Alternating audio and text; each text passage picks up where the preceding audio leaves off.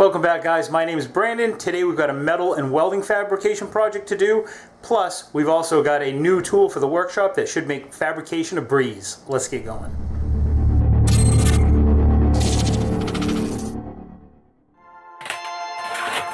Perfect.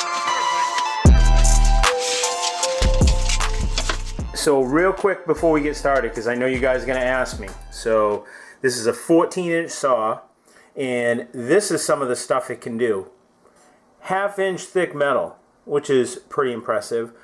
5 7/8 solid round. And check that out. This thing's freshly minted. It was just built. Real solid. Super solid is my first impression. But the one thing that really has my attention right now is this nice solid cast iron base. This cast iron fence feels really heavy.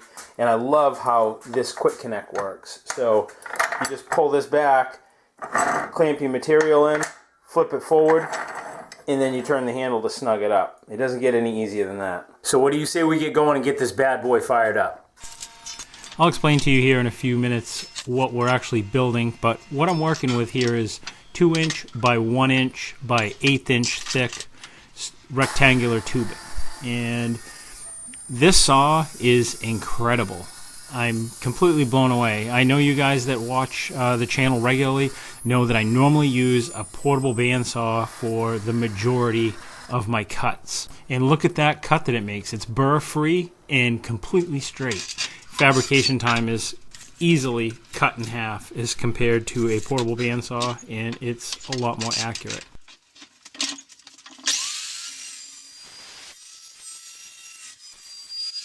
Guys, I got a real scientific way to figure out how to get your angles, and I want to show it to you.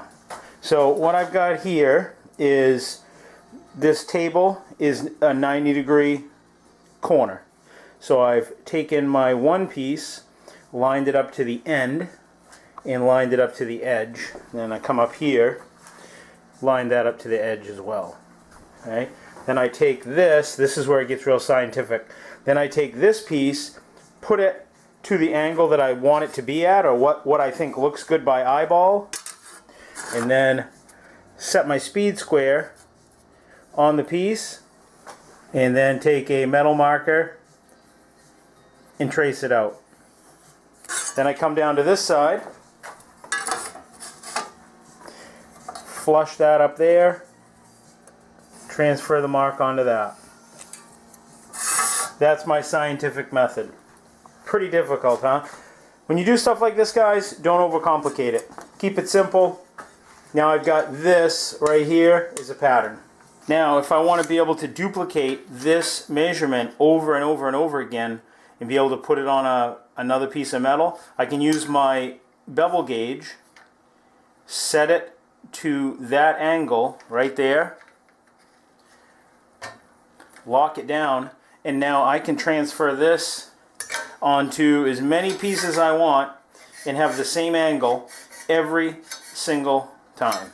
Okay? So when you're doing stuff like this, guys, don't overcomplicate it. I was being facetious when I said this was real complicated. It's not. It's very simple. Now, guys, this is where this tool is really going to shine, okay? Because you can make repetitive cuts quickly and easily. So we just set that angle on our bevel gauge. Now what we're going to do is set our fence so that when this saw makes a cut, it's going to make that bevel. I'm just setting this fence to this angle because this saw should be 90 degrees to the base. And if it's off a 1/2 degree or whatever, that's close enough for what we do. So this is going to be an industrial style wood and metal organizer rack or shelf or bookcase or whatever you want to call it. So it's going to have the metal frame. It's going to have an angle on it, which you're going to see here shortly, with wooden shelves. So for this side, I want the cross piece on the legs to be about 2 inches up. So what I'm going to do is I'll take just a piece of scrap, and this piece here already has the proper bevel cut on it. And I'm just simply going to butt it up to this, line it up to the inside of this, and then just make a mark over here. Now this side, if you remember, this is the straight leg, so this will be a straight cut. While I'm right here, I might as well put a couple more bevels on this scrap so I don't have to find this angle again. Man, I'll tell you, this makes repetitive cuts super accurate and super fast. Now, originally this was going to be for my daughter. I was going to build her like an organizer for her bathroom that kind of like straddled the toilet. But then I got thinking about metal in the bathroom, and even if I painted it, and if it, the paint chipped and then it starts rusting, so I'm just not going to go that route. So I'm going to build her one similar to this out of wood, and that's going to be next week's episode. That right there is what's left over for scrap off a 24-foot piece. So I'd say we utilized it pretty well. One of the things that I try to do when I'm doing fabrication is cut all my pieces at once. You can see here I'm cutting the little pads for the feet and for the top. Now I'm cutting angle iron for the shelves, or what the shelves are going to attach to. And by doing this and laying everything out first, it helps me stay more organized in the workshop. So now that we've got everything cut, it's time to start welding it up. Now, there's a method to my madness here about me setting this up. You notice how I haven't moved this. I've just continued to stack it up and build it in place. Well, now what that allows me to do is tack everything together, because we're not going to weld anything ever until it's all tacked together so we know it's right. That way, if it's wrong or it doesn't look good or we don't like it, we can always break it apart. But so now we can just duplicate everything that we've got because it's all stacked one on top of the other. So what we're going to do for this one is we're going to use MIG to weld it together, just because it's a nice clean process and it's quick. So I ended up making a mistake during this. You can see how I have these two stacked on top of each other. Well, that makes it nice for getting all this stuff tacked together, because you know that they're going to be duplicate. They're going to be identical. So these are basically like bookends. You've got a left side and a right side, and then there's going to be wooden shelves in between. But I'm building them on top of each other like you can see here, because that way I know that they're going to be identical once they're separated. But you'll see what I did here shortly. But yeah, I made a little bit of a mistake, but that's why we tack things together, because we can easily take it apart if we need to. So as I said earlier, next week's episode is going to be building one similar to this, but we're going to be building it out of wood. And at that time, what I'm going to end up doing is I'm going to build the wooden shelves for this, and I'm also going to do a metal stain on this metal. So during next week's episode, you'll get to see this finished project as a completed assembly, but for this week's episode, it's all just going to be pretty much fabrication in welding. And this is why you just tack things together. You don't make it permanent. I actually made two left sides. You guys were supposed to tell me. Why did you guys let me put all these pieces on without warning me first? How many of you guys were hollering at me that I made a mistake and I messed it up? So that's all right. We'll just break these off. I'll show you how easy that is. It's going to be a little bit harder because I have opposing tacks this way, but just take an adjustable wrench and just give her a little yank. It should come right off. It should come right off. Yeah. All else fails, get a bigger tool. All right, let's try this. There we go. I hear one, and I hear two. There we go. There. We'll just, this is all going to be ground flush anyway, so we'll flip it around and tack them back on again.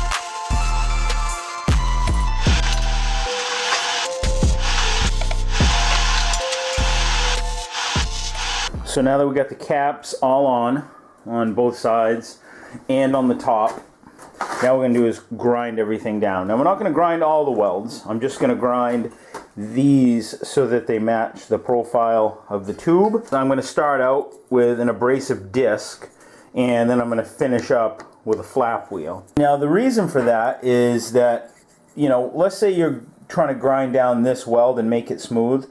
Well, a flap disc will actually contour a little bit to the surrounding areas. So not only will it take down the high spot, but it'll also take down material fairly easy on either side of it. I like starting out with an abrasive disc, for one, because it's hard, and you can just come into it delicately along the high spot of the weld, and I just gently kind of go into it and follow along it until I see that it's starting to take things on either side. Once I get to that, I just keep moving forward, and then I finish it out with a flap disc and kind of like blend the area all around it. So whenever I'm grinding, I always wear hearing protection, eye protection, and a respirator. I should probably wear a face shield, but I don't.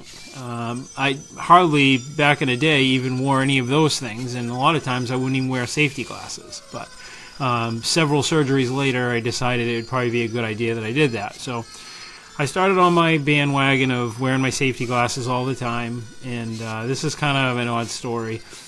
Finished up the day, went to take a shower, and I get out of the shower and rub my eyes, and I feel like I got metal in my eyes. And I can't figure out how that could possibly happen because I was wearing safety glasses. Well, what happened is metal shavings from doing exactly what I'm doing here, grinding and cutting. The filings ended up in my hair, and as I rinsed my hair, the filings apparently washed into my eyes, and back to the hospital I go, removing metal out of your eyes. So even when I thought I was trying to be safe and do a good thing and wear my safety glasses, I still managed to find a way to get metal in my eyes. So the next step I got to do is I got to wipe down the metal with some paint thinner, and we're going to end up staining the metal. But I want to give you guys a little bit of a pro tip. Buy your rubber gloves one size bigger. That way you can put them right over your actual regular work gloves, and that way you don't have to destroy your regular work gloves. What this also allows you to do is, you know, let's say you got a phone call or you got to use the bathroom or something like that. Now, normally rubber gloves, you can't just take them off your bare hand. Now you can, so, because your regular gloves inside of it. That's another little quick tip. They don't work that great when you're doing grinding because they just tend to kind of like melt, but works good like this, especially if you're putting on solvents.